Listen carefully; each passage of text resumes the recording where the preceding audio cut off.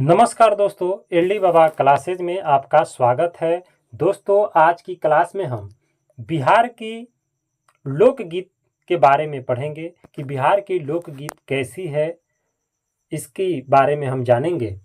पिछले क्लास में कुछ बिहार की लोकगीत के बारे में पढ़ा चुके हैं, अब आगे इसमें और पढ़ेंगे।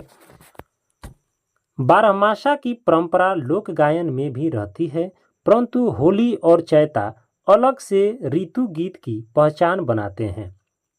कह रहा है कि संगीत तो बहुत सारे हैं जो बारहमासा की परंपरा है लोकगीत में, मतलब जो सालों भर गीत गावा है वो तो है ही, लेकिन ऋतु गीत की एक अलग पहचान है। ऋतु गीत चैता और होली, ये दो क्या है? ये दो ऋतु गीत है, दो ऋतु गीत हैं, चैता और होली। आगे है कि बिहार के लोकगीतों के इन विभिन्न पक्षों को कबीरदास के निर्गुण पदों, निर्गुण और सुर तुलसी के भक्ति पदों ने इतनी गहराई तक प्रभावित किया है कि वे उसमें अभिन्न भाव से घुल मिल गए हैं। कहने का मतलब है कि कह रहा है कि कबीरदास के निर्गुण और तुलसीदास के भक्ति पदों ने इतनी गहराई से प्रभावित किया है कि उसमें अभिन्न भाव से घुल मिल गए हैं। माली जाति के लोग देवी के विशेष प्रिय भक्त माने जाते हैं। माली जाति के जो लोग होते हैं वो देवी के विशेष प्रिय भक्त माने जाते हैं। उनके गीतों में भक्ति की जो तमन्यता होती है वह अन्य किसी में नहीं देखने में आती। जो माली लोग के जो गीत में जो रस होता है वो अन्य व्यक्ति द्वारा गाए गए गीतों में तमन्यता नहीं दिखी जाती है। विभिन्न गीतों गानों में ढोलक, क्राल, डुगी, डंका, हुडुक आदि वाद्यों का प्रयोग होता है।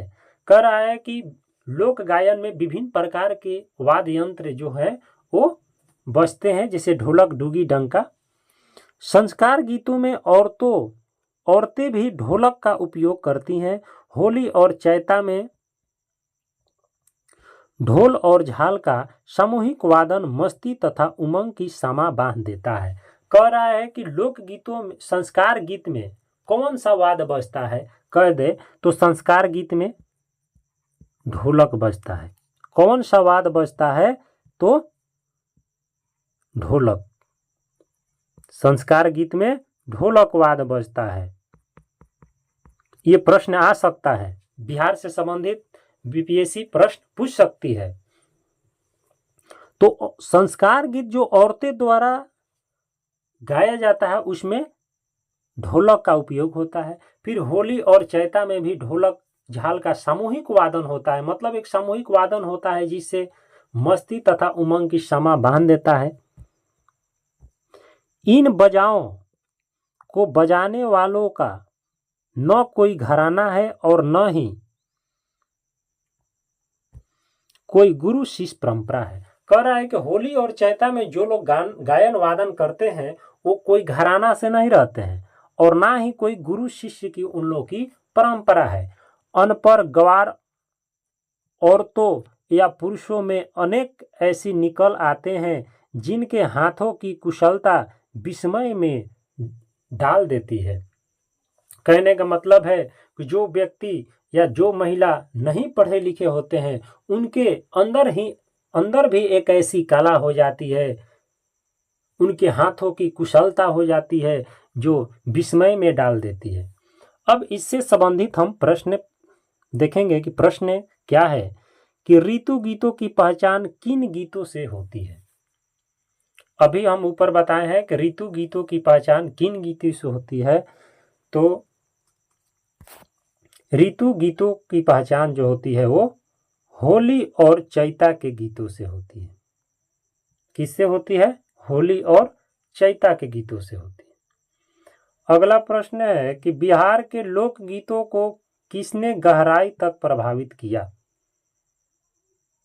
तो बिहार के लोक गीतों को जो गहराई तक प्रभावित किया, किसने किया? तो कबीरदास के निर्गुण पदों तथा सूरदास के भक्ति पद ने। कबीरदास के निर्गुण पद और सूरदास के भक्ति पदों ने किया।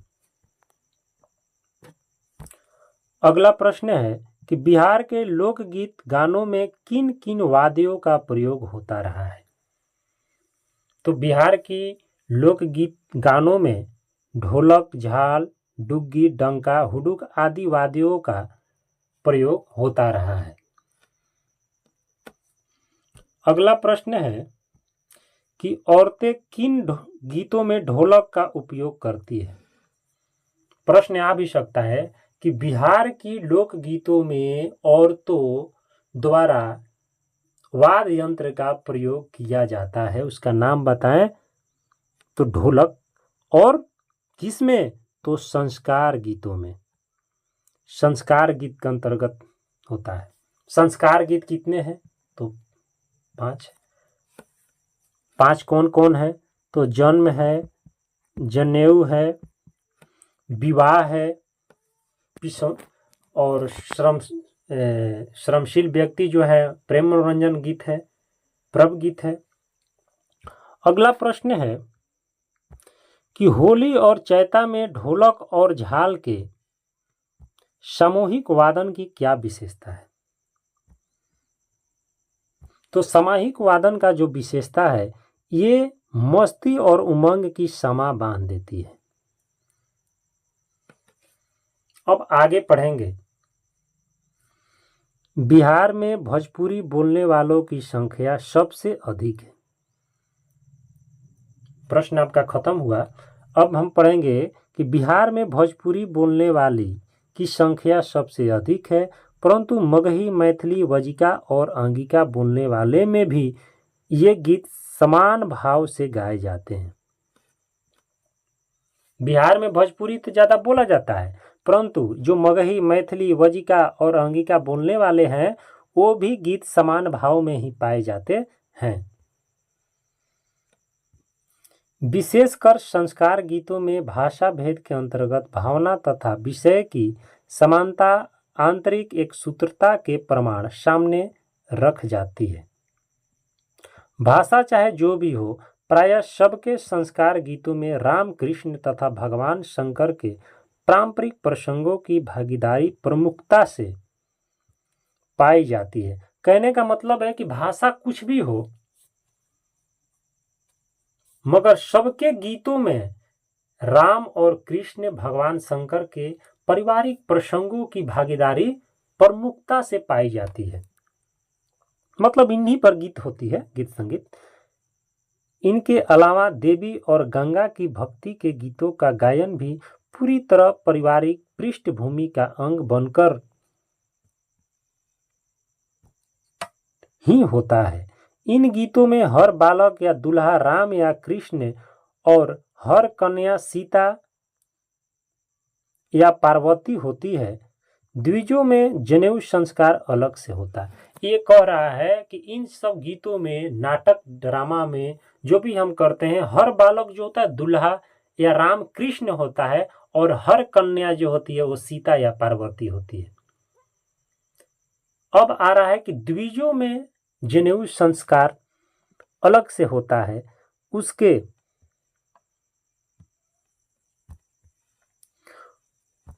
उसके गीतों की विशेषता यह होती है कि जनेऊ के अधिकारी कुमार को गीतों में बरुआ कहा जाता है। क्या कहा जाता है? गीतों में बरुआ कहा जाता है। जैसे विवाह हो रहे युवक को दुल्हा या कन्या को दुल्हन, तिलकोत्सव चूंकि लड़के वाले के यहाँ ही संपन्न होता है, इसलिए इसके गीत उसके यहाँ ही गाए जाते हैं और उसमें लड़के को अधिक गुणवान बताते हुए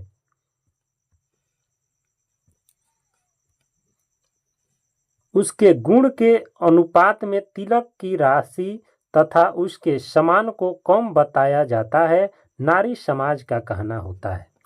कहने का मतलब है कि लड़का और लड़की का जब शादी होता है, जब लड़के की द्वार पर लड़की पक्ष के लोग जब तिलक चढ़ाने जाते हैं, तो उस समय जो महिला गीत गाती है वो अपने लड़के को ज़्यादा गुणवान बताती हुई गीत गाती है कि मोर बाबू पढ़ल लिखल पंडितवा तिलक बड़ा थोर बाटे हो, यानी मेरा बेटा जो है वो पढ़ा लिखा है और पढ़े लिखे के बेटे को तिलक बहुत थोड़ा चढ़ाया, ठग लिया लड़का हमार जिस समधी बेमानवा। इस तरह की महिलाओं जो है वो तिलकोत्सव के दिन गीत गाती है, अपने लड़के को ज़्यादा पढ़े लिखे लगाकर गाती है। हल्दी कलश स्थापन से चौथारी तक अलग अलग प्रसंगों के गीत वर तथा कन्या दोनों के यहाँ नियमित रूप से गाए जाते हैं। जब शादी होती है तो लड़का हो या लड़की दोनों के घर हल्दी कलश या क्या बोलते हैं हल्दी कलश या चौथारी जो होता है उसमें अलग अलग प्रकार के गीत गाए जाते हैं। फिर उसके बाद है कि सांझ पराती में घर की बुजुर्ग नारियों धीमी आवाज में गाती हुई पितरों का आह्वान और वंदन करती है। सांझ पराती जो होता है उसमें बुजुर्ग नारी जो होती है आह्वान करती है किसको? पितरों को, और वंदन करती है। अब हम प्रश्न जानेंगे इसके बारे में, क्या क्या प्रश्न आता है। प्रश्न है कि बिहार में कौन सी भाषा बोलने वालों की संख्या अधिक है? तो बिहार में सबसे ज्यादा बोलने वाली जो भाषा है वो कौन सा है? तो बोलने वाली भाषा जो है वो है भोजपुरी। क्या है? भोजपुरी है। उसके बाद है कि संस्कार गीतों में कौन आंतरिक एक सूत्रता के प्रमाण सामने रखती है? तो भाषा भेद के अंतर्गत भावना और विषय की समानता जो होता है वो क्या करता है? तो संस्कार गीत में आंतरिक एक सूत्रता का प्रमाण रखता है। अगला प्रश्न है कि द्विजों में जनेऊ संस्कार के गीतों में जनेऊ के अधिकारी फुमार हो गया, कुमार है, कुमार को क्या कहा जाता है? तो बरुआ कहा जाता है। क्या कहा जाता है? बरुआ कहा जाता है। इसका प्रश्न आएगा कि बिहार की जनेऊ संस्कार के गीतों में जनेऊ के अधिकारी कुमार को क्या कहा जाता है? तो बरुआ कहा जाता है। अगला प्रश्न है कि तिलकोत्सव पर लड़के को अधिक गुणवान बताते हुए नारी समाज क्या कहती है? तो नारी समाज कहती है कि लड़के के गुणों के अनुपात में तिलक की राशि तथा उसका समान कम है। मतलब हमारा लड़का जितना पढ़ा लिखा है उस अनुपात में तिलक बहुत थोड़ चढ़ाया गया है, यानी कम चढ़ाया गया है।